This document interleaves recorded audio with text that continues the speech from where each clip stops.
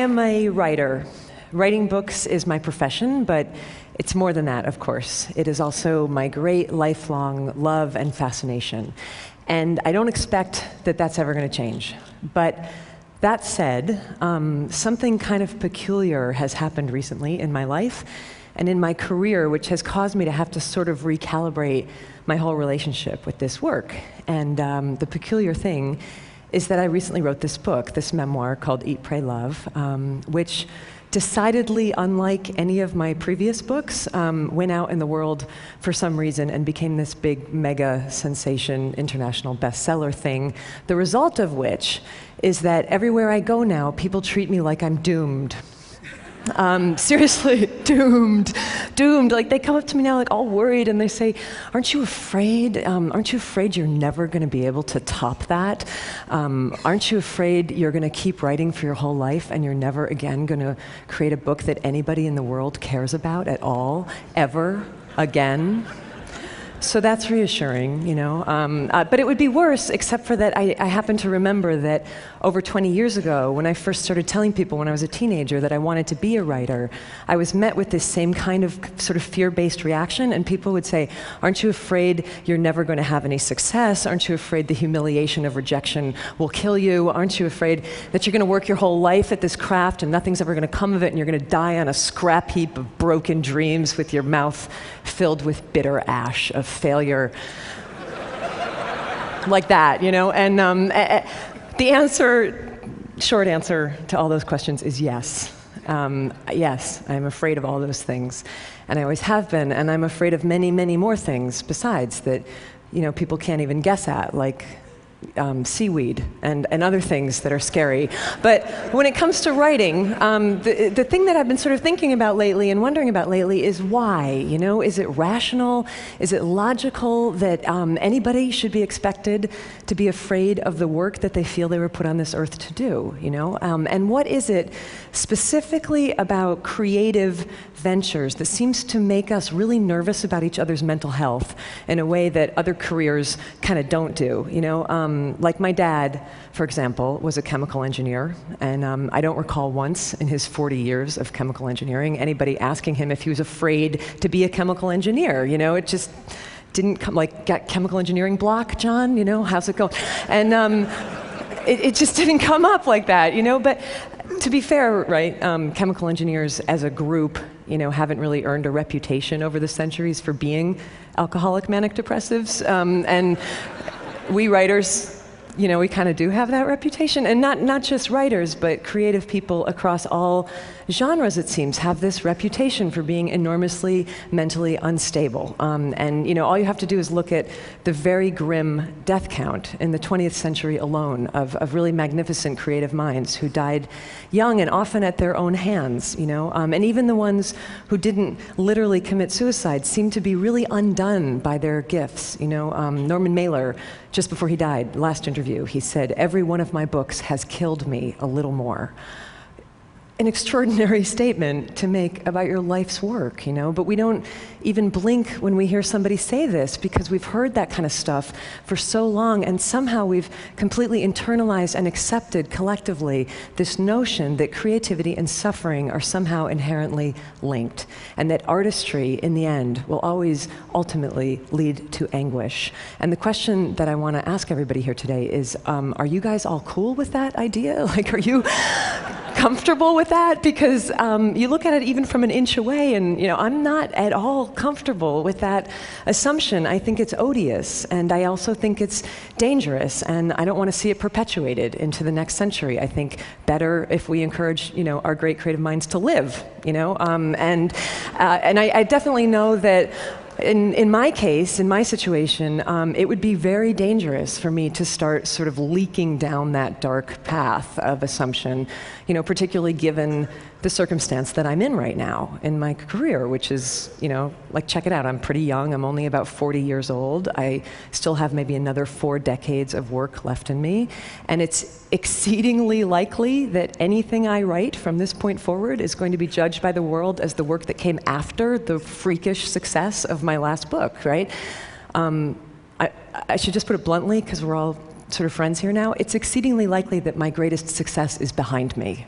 So Jesus, what a thought, like that's the kind of thought that could lead a person to start drinking gin at 9 o'clock in the morning. And I don't want to go there. I would prefer to keep doing this work that I love. And so the question becomes how, and so it seems to me upon a lot of reflection that the way that I have to work now in order to continue writing is that I have to create some sort of protective psychological construct, right? I have to sort of find some way to have a safe distance, between me as I am writing and my very natural anxiety about what the reaction to that writing is going to be from now on. And as I've been looking over the last year for like models for how to do that, I've been sort of looking across time, and I've been trying to find like other societies to see if they might have had better and saner ideas than we have about how to help creative people sort of manage the inherent emotional risks of creativity. And that search has led me to ancient Greece and ancient Rome. So stay with me, because it does circle around back. But ancient Greece and ancient Rome, people did not happen to believe that creativity came from human beings back then, okay? People believed that creativity was this divine attendant spirit that came to human beings from some distant and unknowable source for distant and unknowable reasons. The Greeks famously called these divine attendant spirits of creativity daemons. Socrates famously believed that he had a daemon who spoke wisdom to him from afar. The Romans had the same idea, but they called that sort of disembodied creative spirit a genius, which is great, because the Romans did not actually think that a genius was a particularly clever individual. They believed that a genius was this sort of magical divine entity who was believed to literally live in the walls of an artist's studio, kind of like Dobby, the house elf, and who would come out and sort of invisibly assist the artist with their work and would shape the outcome of that work. So brilliant, there it is, right there, that distance that I'm talking about, that psychological construct to protect you from the results of your work, and everyone knew that this is how it functioned, right? So the ancient artist was protected from certain things like, for example, too much narcissism, right? If your work was brilliant, couldn't take all the credit for it. Everybody knew you had this like disembodied genius who had helped you. If your work bombed, not entirely your fault, Everyone knew your genius was kind of lame. And this is how people thought about creativity in the West for a really long time. And then the Renaissance came and everything changed, and we had this big idea, and the big idea was, let's put the individual human being at the center of the universe, right? Above all gods and mysteries, and there's no more room for like mystical creatures who take dictation from the divine. And it's the beginning of rational humanism, and people started to believe that creativity came completely from the self of the individual. And for the first time in history, you start to hear people referring to this or that artist as being a genius rather than having a genius. And I gotta tell you, I think that was a huge error. I think that allowing somebody, like one mere person, to believe that he or she is like the vessel, like the font and the essence and the source of all divine, creative, unknowable, eternal mystery is just like a smidge too much responsibility to put on one fragile human psyche. It's like asking somebody to swallow the sun. It just completely warps and distorts egos, and it creates all these unmanageable expectations about performance. And I think the pressure of that has been killing off our artists for the last 500 years. And if this is true, and I think it is true, the question becomes, what now? Can we do this differently? Maybe go back to some more ancient understanding about the relationship between humans and the creative mystery. Maybe not, maybe we can't just erase 500 years of rational humanistic thought in one 18-minute speech. And there's probably people in this audience who would raise like really legitimate scientific suspicions about the notion of basically fairies who follow people around like rubbing fairy juice on their projects and stuff. Like, I'm not probably going to bring you all along with me on this. But the question that I kind of want to pose is, why not? Why not think about it this way? Because it makes as much sense as anything else I have ever heard in terms of explaining the utter maddening capriciousness of the creative process, a process which, as anybody who has ever tried to make something, which is to say, as basically everyone here knows, does not always behave rationally, and in fact can sometimes feel downright paranormal. I had this encounter recently where I met the extraordinary American poet Ruth Stone, who's now in her 90s, but she's been a poet her entire life, and she told me that when she was growing up in rural Virginia, she would be out working in the fields, and she said she would feel and hear a poem coming at her from over the landscape, and she said it was like a thunderous train of air, and it would come barreling down at her over the landscape, and when she felt it coming, because it would shake the earth under her feet, she knew that she had only one thing to do at that point, and that was to, in her words, run like hell. And she would run like hell to the house, and she'd be getting chased by this poem, and the whole deal was that she had to get to a piece of paper and a pencil fast enough so that when it thundered through her, she could collect it and grab it on the page. And other times, she wouldn't be fast enough, so she'd be running and running and running, and she wouldn't get to the house, and the poem would barrel through her, and she would miss it. And she said it would continue on across the landscape, looking, as she put it, for another poet. And then there were these times, this is the piece I never forgot. She said that there were moments when she would almost miss it, right? So she's running into the house and she's looking for the paper, and the poem passes through her, and she grabs a pencil just as it's going through her, and then she said it was she would reach out with her other hand and she would catch it. She would catch the poem by its tail, and she would pull it backwards into her body as she was transcribing on the page. And in these instances, the poem would come up on the page perfect and intact, but backwards from the last word to the first. So when I heard that, I was like, that's uncanny. That's exactly what my creative process is like. It's not at all what my creative process, I'm not the pipeline, I'm a mule, and the way that I have to work is that I have to get up at the same time every day and sweat and labor and barrel through it really awkwardly.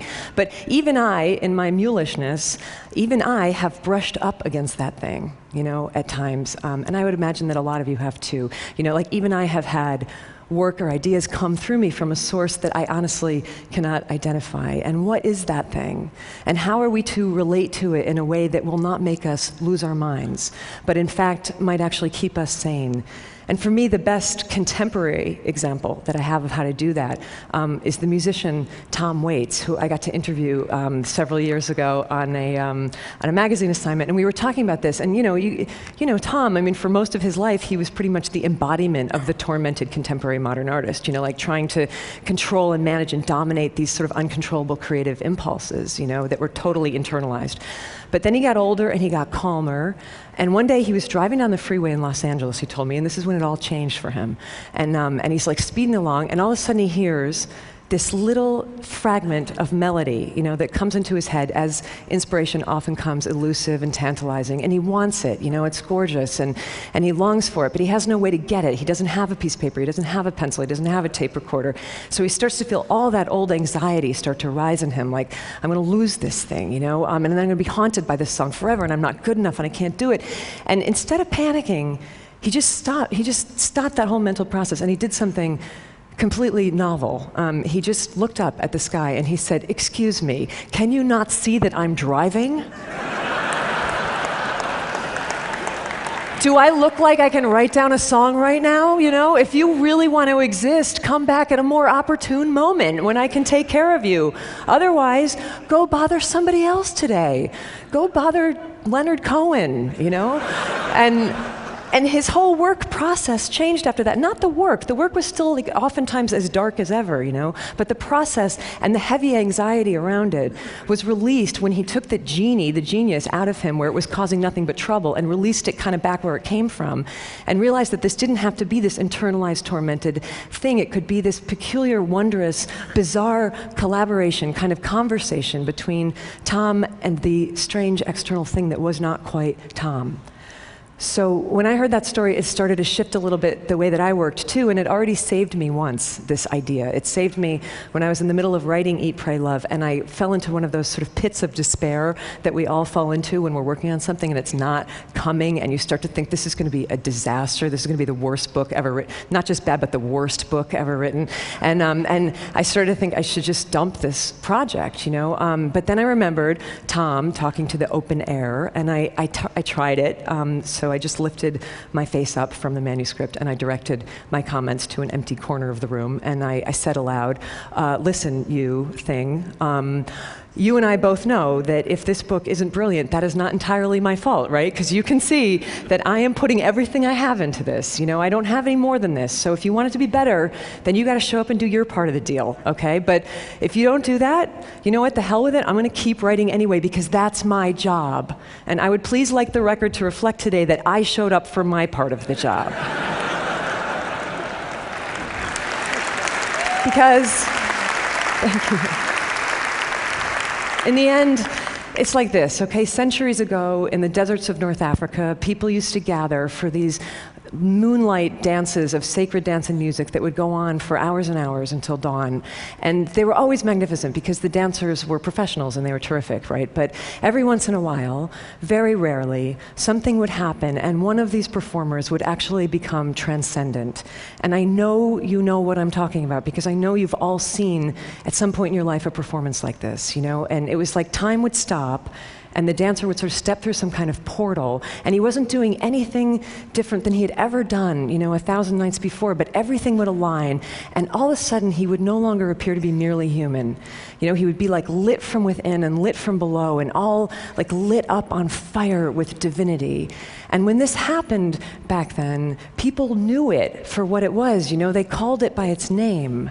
They would put their hands together and they would start to chant, Allah, Allah, Allah, God, God, God, that's God, you know? Curious historical footnote, when the Moors invaded southern Spain, they took this custom with them, and the pronunciation changed over the centuries from Allah, Allah, Allah to Ole, Ole, Ole, which you still hear in bullfights and in flamenco dances in Spain when a performer has done something impossible and magic. Allah, Ole, Ole, Allah, magnificent, bravo, incomprehensible, there it is, a glimpse of God. Which is great, because we need that. But the tricky bit comes the next morning, right, for the dancer himself, when he wakes up and discovers that it's Tuesday at 11 a.m. and he's no longer a glimpse of God. He's just an aging mortal with really bad knees, and you know, maybe he's never going to ascend to that height again, and maybe nobody will ever chant God's name again as he spins, and what is he then to do with the rest of his life? This is hard. This is one of the most painful reconciliations to make in a creative life, you know? But maybe it doesn't have to be quite so full of anguish if you never happened to believe in the first place that the most extraordinary aspects of your being came from you. But maybe if you just believed that they were on loan to you, you know, from some unimaginable source for some exquisite portion of your life to be passed along when you're finished with somebody else. And you know, if we think about it this way, it starts to change everything. You know, this is how I've started to think, and this is certainly how I was thinking about it in the last few months, you know, as I've been working on the book that will soon be published as the dangerously, frighteningly over-anticipated follow-up to my freakish success. And what I have to sort of keep telling myself when I get really psyched out about that is don't be afraid, don't be daunted, just do your job. Continue to show up for your piece of it, whatever that might be. If your job is to dance, do your dance. If the divine, cockeyed genius assigned to your case decides to let some sort of wonderment be glimpsed for just one moment through your efforts, then ole. And if not, do your dance anyhow. And ole to you nonetheless. I believe this and I feel like we must teach it. Ole to you nonetheless, just for having the sheer human love and stubbornness to keep showing up. Thank you. Thank you. Thank you. Thank you.